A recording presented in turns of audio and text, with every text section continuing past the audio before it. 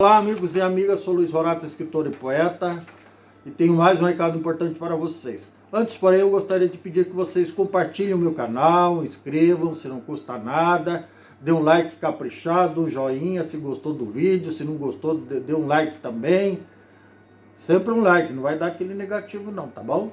Brincadeira, não fiquem à vontade para julgar da melhor forma que vocês acharem. E também ativem o sininho para receber novos vídeos. Eu estou postando um por dia e é cada dia um assunto diferente. Tá ficando interessante o canal. Eu sou suspeito para dizer, mas você pode entrar lá e checar isso pessoalmente. Os vídeos são rápidos, o máximo que demora é 8 minutos, tem de 3 minutos, 4 minutos, enfim. O assunto hoje é negacionismo. Todos nós estamos vendo, ouvindo e lendo essa palavra em tudo quanto é canto aí, nas mídias sociais, nas conversas com amigos, com familiares, está muito frequente isso. E daí tem uma dúvida que não quer parar.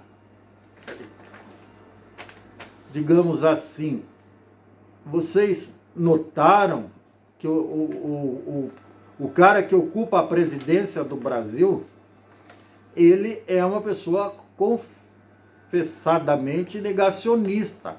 Ou, mesmo que ele não assuma isso, nos seus discursos, na maneira dele lidar com a pandemia, na maneira dele lidar com uma série de outras coisas, ele deixa bem claro que ele é um cara negacionista. Desde o início ele negou a pandemia, disse que era uma gripezinha, enfim. Eu não estou criticando a pessoa em si, né? Mas uma pessoa que ocupa um cargo público, ela tem que ter mais equilíbrio emocional, digamos assim. Ela tem que ser uma pessoa equilibrada, tem que estar uma pessoa sensata, que não sai, não pode ver o microfone que já vai lá falar um monte de asneira que não procede, principalmente baseado em coisas que não se comprovam cientificamente, né? Ele nega a ciência, nega a medicina, nega tudo que é bom e prudente e pior, fica pregando coisas erradas, né?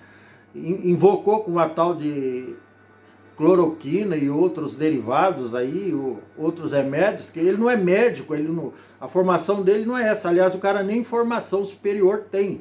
Não tem formação nenhuma e está se metendo a prescrever remédio para uma doença que nem os cientistas tem conhecimento suficiente para especificar um remédio. Não existe remédio específico para o tratamento. O que está sendo usado é um coquetel de antibióticos, anti-inflamatórios e antivirais usados em outras doenças semelhantes para combater a doença. E lógico, o remédio, como qualquer tipo de remédio, tem um efeito diferente em cada paciente. Isso é público e notório, né? A medicina nunca foi uma ciência exata, igual a matemática, onde 2 mais 2 é 4 e 5 mais 5 é 10. Nunca foi. A resposta de cada medicamento, de cada tratamento, varia de indivíduo para indivíduo.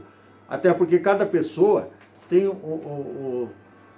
uma imunidade diferente da outra, tem hábitos alimentares diferentes, hábitos de vida diferentes, tem um histórico familiar diferente, a estrutura e a herança genética de cada um é diferente. Então, obviamente, a reação dos tratamentos tem que ser necessariamente diferente.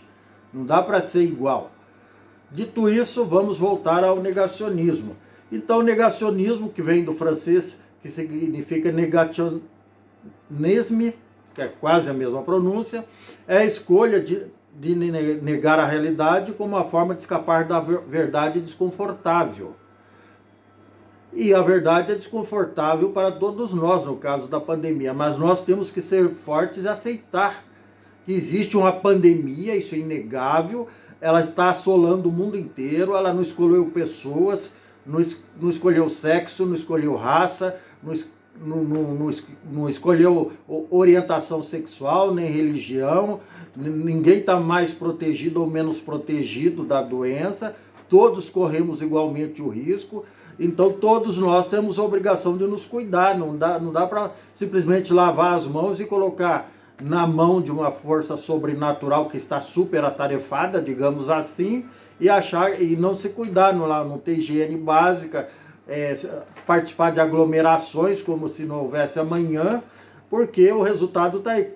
Em dezembro e janeiro, nas festas de final de ano, houve muita aglomeração. O resultado está aí, a segunda onda com mais número de gente contaminada, doente, morta, do que estava na média geral de março a novembro. Então, a ciência está mais do que certa em impedir o isolamento social, o afastamento social, o uso de máscara, o uso de álcool em gel, o hábito constante de lavar as mãos, enfim, todos os cuidados mínimos necessários para evitar a contaminação da Covid-19. Então, falando sobre negacionismo ainda, trata-se de recusa em aceitar uma realidade empiricamente verificável, sendo essencialmente uma ação que não possui validação de um evento, de uma experiência histórica. Quer dizer, já tivemos pandemias, tivemos a da AIDS nos anos 80, igualmente assustadora. As novas gerações que não tinham nascido ainda não têm uma referência, mas pessoas da minha idade, um pouco mais velhas ou um pouquinho mais jovens, passaram, justamente nos anos 80, quando eu estava com 21 anos, na juventude, no auge da juventude, digamos assim, veio a AIDS aí para quebrar o embalo de todo mundo, se é que me entendem. E daí todo mundo teve que passar a usar preservativo, enfim, ter cuidados para não se contaminar, porque era uma doença letal, uma doença que mata, que trazia sérias consequências e que matava mesmo na época. E daí a ciência levou, lógico, com a ação, que a ciência sozinha padece muito para trazer resultado para a população, mas com ação governamental positiva, primeiro de acreditar na ciência, induzir as pessoas a acreditarem na ciência, e a ciência usando todos os recursos, não limitando recursos para a ciência, muito pelo contrário, conseguiu, em muito pouco tempo, no caso específico do Brasil, foi criado o coquetel anti-AIDS a partir da primeira droga que era usada, a AZT. Então, com base em uma sucessão de experiências, os cientistas e os médicos brasileiros conseguiram criar um coquetel anti-AIDS que o governo, por sua vez, o ministro da Saúde da época, que era o José Serra, quebrou patentes. Ele fez um trabalho muito bom, muito respeitado na época e até agora, quebrou patentes internacionais e criou o coquetel anti-AIDS e ordenou que o SUS distribuísse para todo mundo que precisasse, que isso evitou que houvesse aquela continuidade de mortes que estava havendo antes dessa providência. Então, naquele governo lá do Fernando Henrique, do José Serra, diferente do governo de hoje, não houve negacionismo. Pelo contrário, o governo se associou aos cientistas para combater um mal, uma pandemia que estava matando gente no mundo inteiro, igual a essa, e não com a mesma agressividade de contágio, digamos assim, porque para contrair AIDS dependia necessariamente de uma relação sexual entre duas pessoas. Agora não, a pessoa não precisa se relacionar sexualmente com o outro para se contrair da doença Covid, que é uma doença infecto-contagiosa respiratória. A pessoa se contamina pela respiração, pelo simples hábito de aspirar ou tocar numa mão contaminada ou num objeto contaminado e trazer as suas vias respiratórias, que basicamente boca e nariz e eventualmente os olhos. Então é isso. Esse é a questão do negacionismo. Então, a pergunta que não quer calar.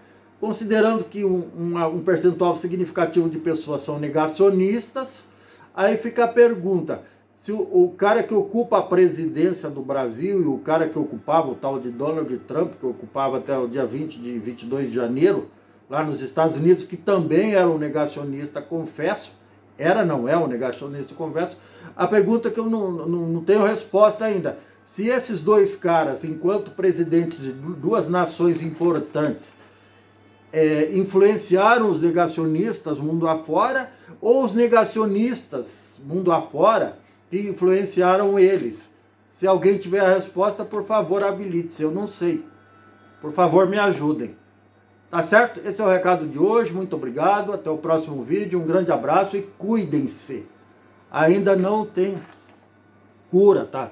Começando um processo de vacinação. Enquanto não tiver 70% do povo vacinado no mundo inteiro, você vai estar correndo risco sim, tá certo? Eu acredito na vacina e na ciência. O resto é demência. Um abraço.